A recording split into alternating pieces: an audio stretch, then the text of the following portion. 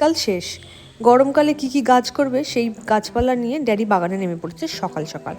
Office থেকে বেরোবো, দেখছি তুখোড় বৃষ্টি নেমেছে। এই বৃষ্টির কি বসন্তকালে ভাল লাগে বলুন তো? আচ্ছা, বাড়ি এসে দেখছি ছোলা মটর সেদ্ধ করে মামুনি রেখে দিয়েছে, তার সাথে আলুও সেদ্ধ করেছে। সন্ধ্যেবেলা আজকে আলু কাবলি মাখানো হবে। তারপর হচ্ছে শসা, পেঁয়াজ, টমেটোটা ছিল না, ধনেপাতা, কাঁচা লঙ্কা আর যে আলু সেদ্ধগুলো করেছিল সেগুলো সব কেটে নিয়ে একটা বাটির মধ্যে নেওয়া হলো। তারপর তাতে মেশানো হলো আমচুর পাউডার, আর তার সাথে দিলাম চাট মশলা, আর নুন দিয়েছি স্বাদ মতো। এইবার হচ্ছে বেস্ট পার্ট, তেঁতুল গোলাটা। উফ, দেখেই পুরো জিভে জল চলে আসছে।